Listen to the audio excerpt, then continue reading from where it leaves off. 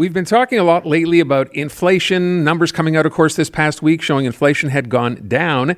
Yet at the same time, we continue to see prices of food and in grocery stores, of course, prices continuing to go up, which kind of begs the question, how can they both be happening at the same time, going in different directions? Kevin Headland is co-chief investment strategist at Manulife Investment Management. He's on the line right now. Mr. Headland, thanks for the time this afternoon. My pleasure. Let me ask an obvious question here. If inflation seems to be coming down, why do some of those prices continue to rise? And what will this mean going forward in terms of interest rates? Yeah, it's quite interesting because I think for a lot of people, when they hear inflation coming down, they expect prices to fall. And actually, that's not necessarily the case. What you're actually seeing is inflation slowing means the rate of change of price increases is slowing. So you would have to see deflation in order to see prices coming down. Now, of course, as you mentioned, the main areas that people feel or see price increases is in food costs. And food costs have multiple layers of inflation in them. For example, by the time it hits the grocery stores or our tables or our restaurants, it's coming from farms and trucks to producers to packaging and then finally to our restaurants or our stores. So there's multiple layers of inflation in there, also profit margins along the way as well. So it's hard to see food prices come down to end consumers when you have all those layers of inflationary forces pass through to the end consumer. Yet, as I hear you describe this, the first thing that comes into my head is, we lived through the pandemic and we realized that then prices were going up because we had issues like supply chain. The price of fuel was much, much higher.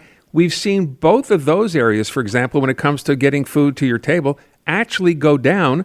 The question then becomes, well, if they're going down, why do prices continue to rise? Yeah, once again, those have come down, but there still is this level of maintaining of the end prices. Is it takes time for these, initial input costs to come down to end up flowing through to the end consumer. And of course, as I said, there is profit margins in some companies. What happens is they maintain price levels at these levels rather than bring them down in the future. So perhaps in some areas we may see prices come down on certain goods. Others, you might see just price stability rather than prices falling. Okay. What I'm finding confusing is we had heard Tiff Macklin had said that, we were going to be on pause. The Bank of Canada wasn't going to increase rates, probably wasn't going to increase rates. That pause to me went like it lasted a blink. There was hardly any pause. It got hiked again. Now we know we're at a 2-year low, 3.4%, and we're hearing that yet another rate hike may be coming. This part doesn't make sense to me either. Yeah, it's very difficult to understand this when you look at the Bank of Canada and also the Federal Reserve in the U.S. Central banks are starting to be very aware that they are raising rates likely into a recession. They want to make sure that inflationary forces are completely stamped out. Bank of Canada previously had said they don't expect the 2% targets to be reached for CPI or inflation until the end of 2024. So they're looking at saying, well, we're going to raise rates one more time perhaps, then still pause. Now, let's see, talk about cutting. And see if those rate increases actually do continue to have an effect on inflation. Although we've seen the recent numbers come down, there is still possibility that inflationary forces get restoked perhaps through demand in the summertime and whatnot. So there is still an uncertainty there whether inflation is going to be coming down to their targets in the near term. I read a really interesting story, I think just the other day, suggesting, and I'd never really thought of this before, because typically when we look at the different elements that make up the inflation gauge, we know what they are. There's food, there's housing, transportation, et cetera. And the comment I read was that, just by virtue of the Bank of Canada raising interest rates, what it obviously does, of course, is it raises rates for mortgages. And that in and of itself, when you factor just that in, is responsible for a big percentage of the inflation that we end up with. Yeah, it's quite a catch-22. And what happens is typically the idea that raising rates will cause some increased costs, specifically in the mortgage cost for Canadians. And we know that Canadians are feeling it on the variable rate mortgages. But also as renewals come due over the next year, 2 years, if rates are still high, of course, those renewal rates will go higher. And ultimately what that is likely going to lead to is issues with disposable income or the propensity to consume, and perhaps demand will slow. So other areas of the inflation calculation will come down through demand. If you're spending more for your mortgage costs, of course you can't afford other options like going out to restaurants as much. So perhaps that will come down, and you'll see not everything from inflation come down, but the bigger aspects of inflation, particularly demand, will drive prices or the rate of change of inflation lower. Can we talk about the role of the war in all of this? As Aaron touched on, I think at the beginning of it, we understood with the pandemic, there was, supply chain issues. The war was causing supply chain issues. I'm of course, that is still the case as this drags on and on. What needs to change there for things to stabilize?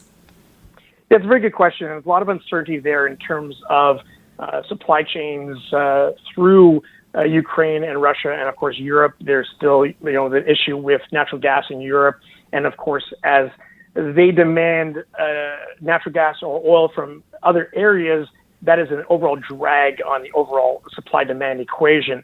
You look at food prices and looking at the trying to identify other areas to get access to grain and wheat and other areas that Ukraine was producing.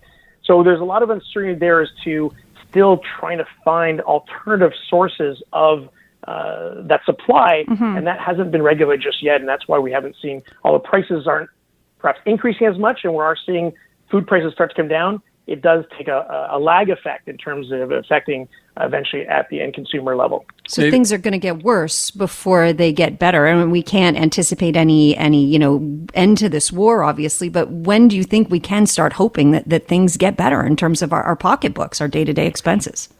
Yeah, I think we are going to see prices actually stabilize very soon. We're looking at, again, we look at input food prices, and globally agricultural food prices seem to be coming down.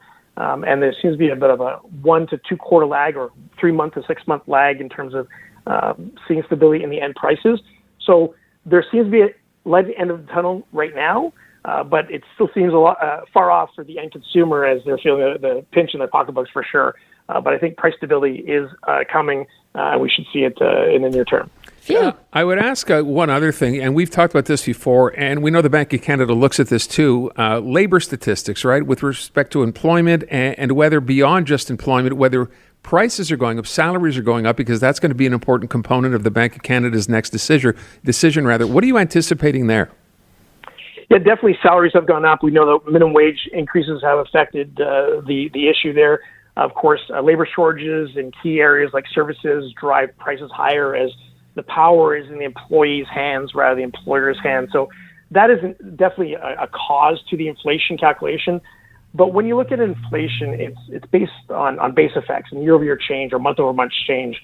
And what we're going to see is that these increased costs for labor should be slowing. Again, not coming down, but slowing, and therefore we should see less impact in the inflationary calculation.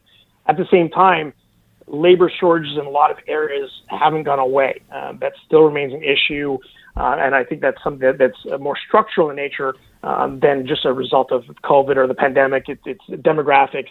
There's a lot of other issues why we're seeing labor shortages in especially the food services industries. So just as a final question, would your best guess be, if you had to offer us your best guess, Bank of Canada, are we going to see another hike, or do you think we see a pause?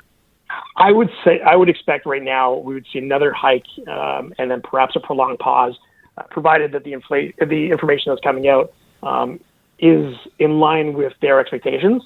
But I think the key is that we shouldn't be expecting any cuts anytime soon. It's likely going to be another rate hike and a prolonged pause until they absolutely believe that inflation is sustainable at their target levels. All right. Oh, well. There you go. Kevin Headland from Manulife Investment Management, thanks so much for your time. Thank you.